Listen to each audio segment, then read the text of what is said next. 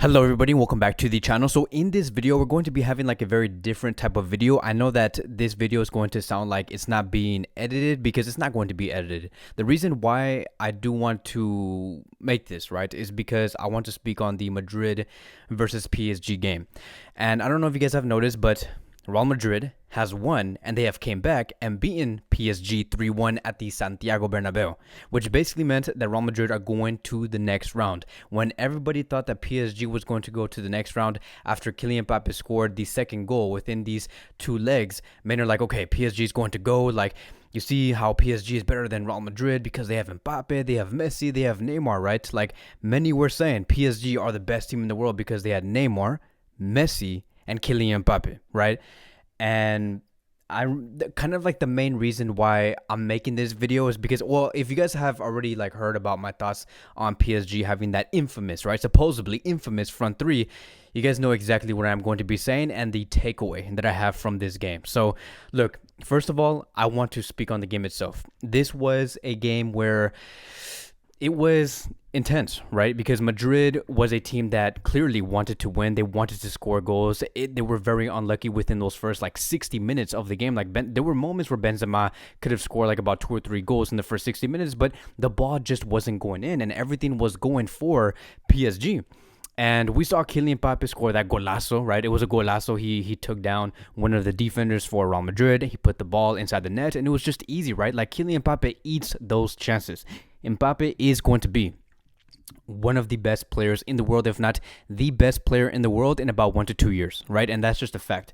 Like, his quality, his finishing, his movement, his footwork, right? Like, everything just reminds me of El Fenomeno, the Brazilian El Fenomeno. Like, his style of play is just so attracting to see. So one of the biggest game plans that PSG brought against Real Madrid was to basically defend very deep because Real Madrid was having the ball, and then to send that ball straight to either Neymar or Messi to pick it up just right outside the box from the opposition, and then they were going to try and send that to Kylian Mbappe, right? We saw that within the first 60 minutes. That was one of the game plans for PSG. But here's the thing, right? Like, that's not going to give you longevity. Like, eventually Real Madrid was going to catch up exactly what PSG were trying to do. Because again, what they were trying to do is basically either have Messi or Neymar or sometimes Verratti pick up the ball in their own half when Real Madrid just lose the ball, right, when they're trying to attack, and then once Messi or Neymar has the ball, they send it straight to Kylian Mbappe.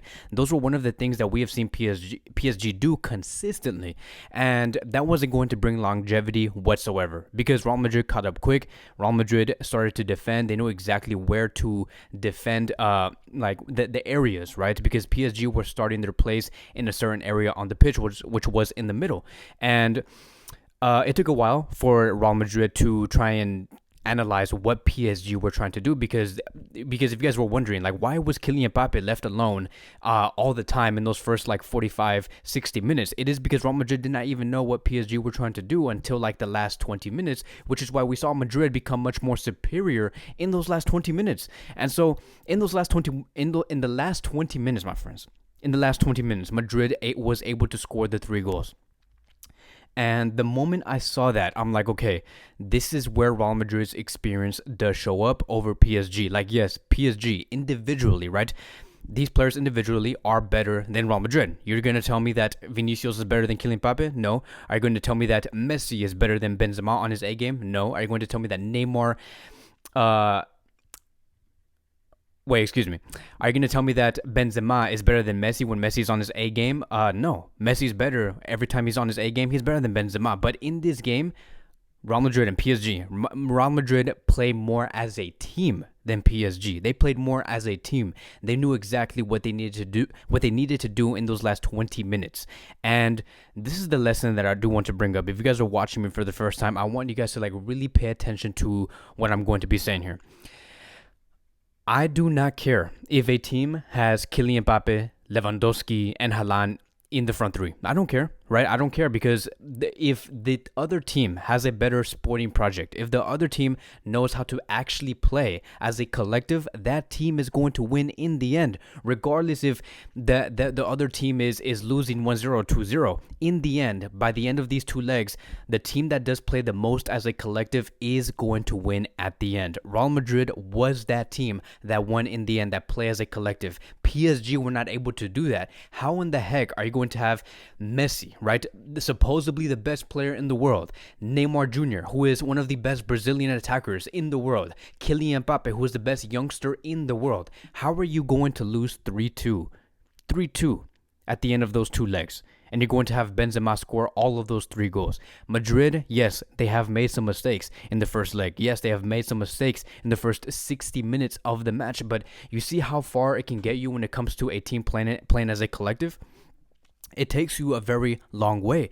And so congratulations to Real Madrid for coming back against PSG in this way. They do deserve it because they were playing as a team. And I was telling everybody, I'm like, why is everyone supporting PSG? Why do you think PSG is going to win? Real Madrid is going to come back because that is just what Real Madrid is. They are a team that knows exactly what to do in critical moments. They have the experience. They have the collective work. PSG do not have that. If PSG had the collective work and they had the experience, Neymar probably would have showed up. Yes, he had probably like an assist, but he never did anything after that. When you're a team that has someone like Neymar or Lewandowski, like for example, right, or just someone world class, and he just brings one assist and then he disappears for the rest of the game, at the end of the day, you're going to not get the result that you want. You look at what happened last year with Griezmann. He brought an assist or he brought a goal and then he disappeared for the next like 89 minutes, and look what happened to Barcelona by the end of that season. And so you see how like it's so important to have a collective team that fires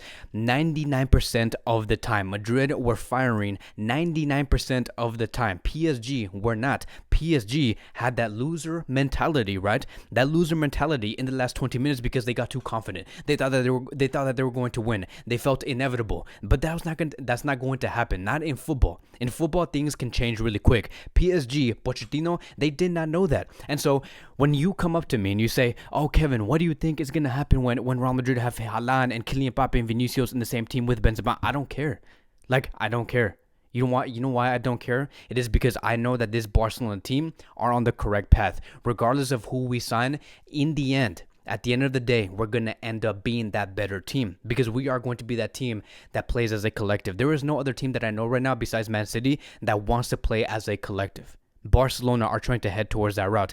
I do not care if you have Vinicius, Erling Haaland, and Kylian Mbappe in that front three. So don't come up with that conversation and say Real Madrid is going to be world dominant. Look, Kevin, you see Haaland, Kylian Mbappe, they're gonna be the best for the next 10 years. That's not gonna happen because if as long as Xavi is on the throne and he's continues to be the manager for Barcelona, we're going to see a very great Barcelona and a great Barcelona team that's dominant in world football, that causes damage and headaches against a Real Madrid side that has Haaland, Kylian Mbappe, and Vinicius. And so we have seen this movie before. Like, I need you guys to go back in time. I know that many of you guys are like 14, 15, 16 years old, so I don't know if you guys remember what happened back in 2009. Everyone was saying and telling me, "Kevin, look, Real Madrid is going to be the best team in the world. Ha, ha, ha. We got Kaká, who is the Ballon d'Or winner. We got Cristiano Ronaldo, who was another Ballon d'Or winner. Look, 2 Ballon d'Or winners, and they're only like 25, 24 years old. Ha, ha, ha. Look, Kevin, Barcelona is not going to defeat this team." But look what happened in the end. Barcelona ended up being the better team from 2008 and 2009 moving forward. The same thing could go, like, whatever happens in the summer, if Haaland goes to Real Madrid and Kylian Mbappe goes to Real Madrid, the same thing can go again. And thank God we brought in Xavi at the correct moment, at a correct time.